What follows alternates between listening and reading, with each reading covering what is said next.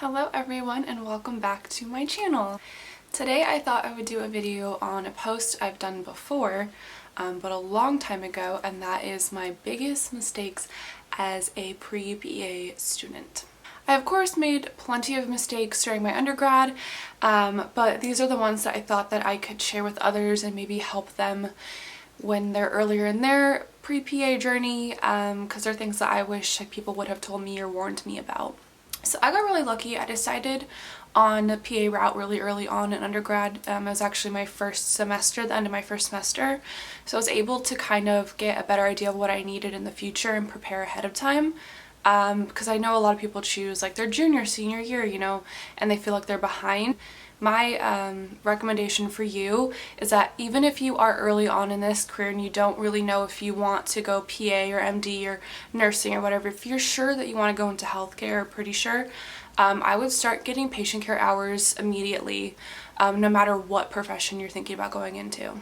The only thing with patient care hours, and I know a lot of people get caught up on this, is that a lot of them require certification or getting a license, but there are so many volunteer patient care experience opportunities out there. You can do a PT aid volunteering, you can work at a clinic, hospital volunteering, anything to get your feet wet before you submerge yourself and pay money to get a certification and get more hours that way. So for example, if you're in the Southern California region, in LA area, Newport area, OC, they have the COPEL Scholars Program. So that is volunteering, and you just go like once a week and you get hours in the hospital. Same in the San Diego area, there's the Palomar Pathmaker internship. So basically same thing, you do CNA-like duties, they train you to help with activities of daily living, and then you just volunteer once a week and then you get hours through that. So for volunteering, it's not as much of a commitment as a job. You're not paying to get certified in anything, but it's a good way to see if you're even interested in healthcare, and if you realize that PA is the route that you want to do, you can count those hours most likely depending on what you're doing, and then you can progress to get a cert. So that is something that I didn't do at first. I actually kind of just dove head first, and I got my CNA certification the summer after my freshman year, which was really good. Don't get me wrong, I really liked the experience and I was able to work for 2 summers, but I think that was one of my biggest mistakes, was getting that certification so early, because I was still in my first, I think your first 2-3 years of undergrad are really detrimental, because that's when you're taking majority of like your science classes, and a lot that will be your GPA.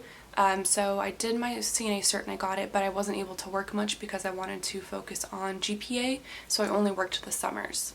Although that was a good experience and I got almost 1,000 hours from it, if I personally feel like if I would have waited until maybe my junior year summer to get my cert, that I would have been more comfortable working during school my senior year, since my classes weren't as full, and then I could have had my certification be still up to date now, because my cert is actually expired. The timing didn't really work out. I was abroad when I needed to do some of the requirements, so I wasn't really here, so I let my cert expire, which kind of limited me in my job opportunities after I graduated, when I am able to work full-time and get more patient care experience. So yeah, I wouldn't recommend getting a license until you feel like you are comfortable to work or are comfortable being able to recertify. So I would just wait until you are certain what you want to do, have the time, are mentally set, maybe are, used to undergrad and kind of are in a flow of things. Another one of my biggest mistakes was chemistry. So I came into undergrad, I took a placement test to see if I can get out of Chem 100, passed it by 1 point, and said, you know what, I'm fine, I got this. So I went straight into the Chem 200.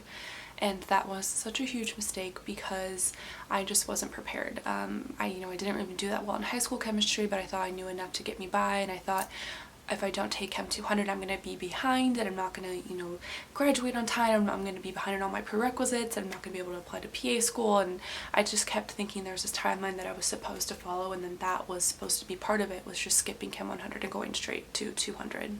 I was also going through kind of a time of not really thinking biology as a major was right for me, so I was trying to decide if I should do bio or kines, and it was a lot for me to handle, and it was my first semester of undergraduate.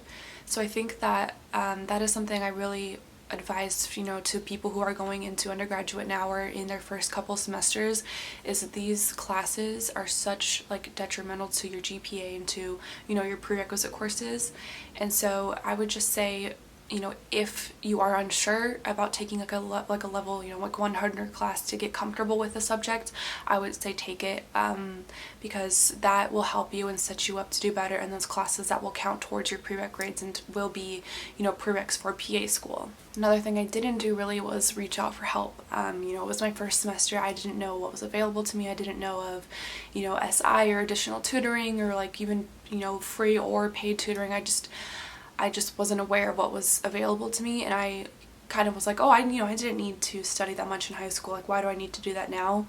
And I didn't realize until too late in the semester that I needed help, and I was just too proud to, you know, ask for help. So I think that's something from the beginning, to not be too proud to ask for help, to go to tutoring if needed, because, you know, sure, it may suck to pay that $100 to go to like a chem review session at the time, but looking back on it, I'm so glad I did for like chem, you know, 201 and then for OChem, because I did so much better in those classes than my first chem class, and I don't have to retake them now.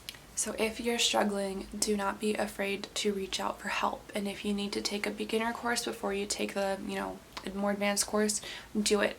It is worth it, and you will not be, there's no timeline that you need to follow. There's no getting behind. This is your journey, and you want to make sure that you're doing the steps that you need to take for you, and do not listen to what other people are doing, because all my friends did the exact same, you know, skipped to Chem 200, and I thought that was what I should do too, and I realized that I should not have done that at all.